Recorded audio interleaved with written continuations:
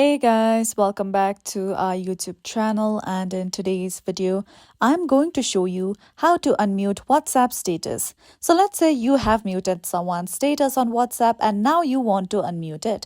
So in order to do that, first of all launch WhatsApp app on your mobile device. From there, just go to the section of updates at the bottom left corner. Now under status, you'll see the option of muted. So let's tap on that option. Now over here, you'll see the contacts that you have muted. Now in order to unmute it, just tap on the name of the contact and then tap on unmute. Then over here, tap on the option of unmute again. Let's tap on it. Now you can see that the name of the person is gone. So if you go back, you will be able to see that particular person's status on your WhatsApp again. So that's it for today, and at last, don't forget to subscribe to our YouTube channel for more upcoming videos.